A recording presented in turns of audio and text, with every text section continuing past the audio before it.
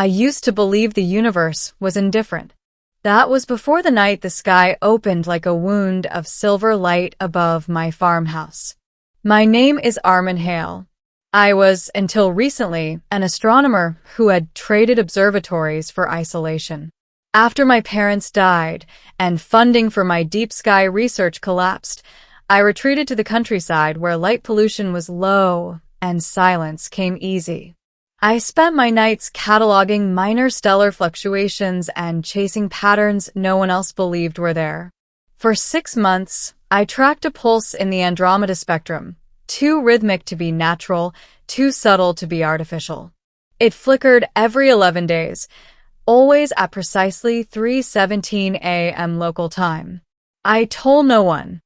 The scientific community had already dismissed my earlier claims of anomalous background radiation as romantic projection. On the 7th pulse, the sky did more than flicker. It split. At exactly 3:17 a.m., the stars above my field seemed to rearrange themselves, bending inward toward a single point. A spiral of light descended, silent but immense, painting the grass in pale luminescence. My instruments went dead. My phone screen shattered from the inside. The air thickened with the scent of ozone and something sweeter, like frost over wildflowers. I should have run. Instead, I stepped forward. The spiral narrowed into a column, and from it she emerged. She did not fall. She unfolded, like a thought becoming real. Her form shimmered between solidity and starlight. She was humanoid, but not bound by it. Silver hair flowed as if underwater, eyes bright as twin quasars, skin luminous with faint constellations that shifted and rearranged with her breathing. When her feet touched the grass, frost bloomed beneath them. She looked at me as if I had always been there. "You perceive," she said softly, her voice resonating not only in my ears but along my spine, "what others refuse to see." I could not speak. She stepped closer, and the night quieted further, as though even crickets dared not interrupt. "I am Lyria of the House of Valor," she continued, "princess of the 13th stellar dominion." Her gaze searched my face, studying my fear, my awe, my disbelief. Then she drew near, so near that the air between us shimmered, and whispered, "You are to be the father of my children." The universe did not shatter. It did not explode in chaos. It simply waited for my answer. Middle. The empire beyond the veil. I would like to say I reacted rationally. Instead, I laughed. It was not mockery but shock, a fragile human reflex. "I think I managed. You have the wrong planet." Lyria did not smile, but something in her eyes softened. "There is no error," she said. "Your genetic pattern aligns with the resonant codex." I stared at her. "The what?" She extended her hand. The world vanished. Suddenly, we stood suspended in a vast chamber of light. Walls curved infinitely upward, composed of crystalline structures that pulsed with data. Outside transparent arcs, I saw stars, thousands of them, arrayed not randomly, but in geometric formation. "This is the Dominion," she said, "or a fragment of it your mind can withstand." I understood then that her presence in my field had not been the arrival of a ship. It had been a fold in space itself. "Our empire spans 13 galaxies," she continued. "We do not conquer through force. We seed, we guide, we resonate. We shepherd civilizations away from extinction." "And Earth?" I asked. "Unstable," she said plainly, "but promising." She walked along the crystalline floor, and symbols ignited beneath her steps. For millennia, the House of Valor has maintained genetic continuity through harmonic convergence. We do not select mates by desire alone, but by probability of survival. My line has reached a narrowing. A narrowing? The heirs born of my blood must bridge divergence, she explained. Our kind has evolved beyond certain instincts. We are luminous, long-lived, bound to energy more than flesh. But we are fading. She faced me fully now. We require integration, resilience, adaptation. Humanity possesses these traits in abundance. I felt anger rise beneath my fear. So, this is a breeding program? Her expression flickered, perhaps confusion. It is preservation. For you, I shot back. For both, she corrected. With a gesture, the chamber shifted. I saw Earth from orbit, but not as it is now. Oceans glowed faintly turquoise. Cities rose like living organisms woven into forests. No smoke. No war satellites. Humanity stood among beings of light without fear. This is one potential, Lyria said. A convergence of our lineages would grant your species protection, knowledge, and time. And if I refuse? The vision vanished. Then another alignment must be found, she said quietly. But time diminishes, and no alignment matches yours. Her eyes met mine again, not as a monarch commanding, but as a being carrying unbearable weight. I began to understand. This was not romance. It was not desire. It was duty. And what about choice?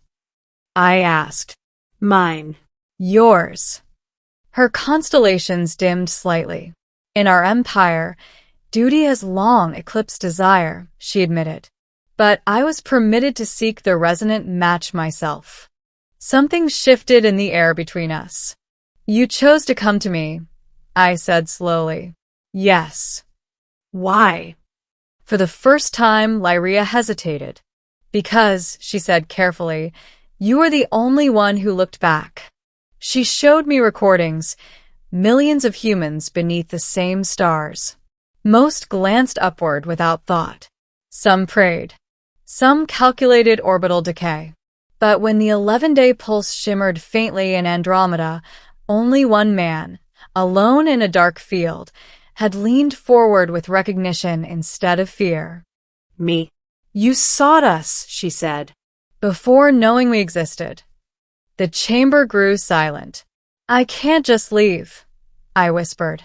This is my planet. My life. You would not abandon it, she replied. You would anchor us to it. She approached once more.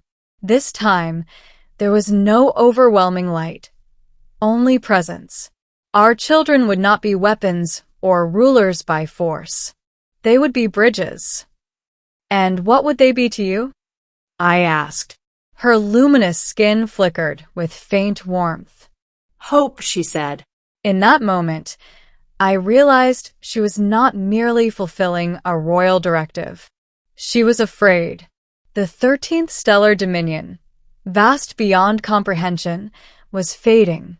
Its energy-born species had transcended biology so completely that they were losing the adaptability that once ensured survival. They had become too perfect, too stable. Humanity, with all its chaos, carried mutation, resilience, unpredictability. We were flawed. We were necessary. Still, the cost terrified me. What would happen to me? I asked. You would be altered, she said. Extended lifespan. Enhanced cognition. Partial integration with our energetic matrix. No going back. No. I thought of my empty farmhouse. My abandoned career. The quiet loneliness that had settled into my bones long before she arrived. I had spent my life searching for something beyond Earth. Now it stood before me, asking not for worship, but partnership. Will you rule me? I asked. No. Will you control my mind? Never. Will you care for them? My voice trembled slightly. For our children? Lyria stepped so close that our foreheads nearly touched. With all that remains of my empire, she vowed. And for the first time, her hand trembled. I placed mine in hers. The chamber dissolved into light. Ending. The birth of a bridge. The integration was not violent. It was expansion. Light poured through me, not burning, but unfolding hidden dimensions of perception. I saw atomic lattices like architecture. I heard gravitational waves as low music. Time ceased to be a straight line and became a vast ocean of currents. Lyria stood beside me through it all, anchoring my consciousness when it threatened to scatter. When the transformation stabilized, I was no longer entirely human, but I was still myself. We returned to Earth first. The field behind my farmhouse shimmered with a subtle barrier, an unseen gateway between Dominion space and terrestrial ground. Lyria insisted we remain there for the initial convergence. Earth would be the birthplace. Months passed differently. Our union was not entirely physical nor entirely energetic.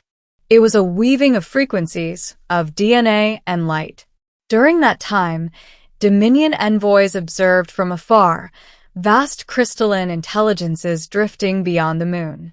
They did not interfere. Humanity noticed anomalies in the sky. Scientists debated. Governments speculated. But no invasion came. Only waiting. When the moment arrived, it was not marked by pain, but by radiance. 2 children emerged, not as infants helpless and crying, but as luminous beings wrapped in soft bioluminescent veils. They breathed air and starlight equally. Their eyes held galaxies, but when they looked at me, they smiled with unmistakable human warmth. Lyria wept, not with tears of water, but with drifting motes of light that dissolved into the dawn. The Dominion rejoiced across 13 galaxies. I felt it, a harmonic surge that rippled through space-time like a bell struck at cosmic scale. But the true test was not their birth. It was their choice. As they grew, rapidly, yet not unnaturally, they learned both worlds. I taught them soil, wind, the taste of rain. Lyria taught them stellar navigation and the language of energy fields. When they were old enough to understand, we showed them Earth's conflicts, its beauty, its cruelty. We did not command them to rule. We asked them what they wished to become. Our daughter, Starlight, chose diplomacy.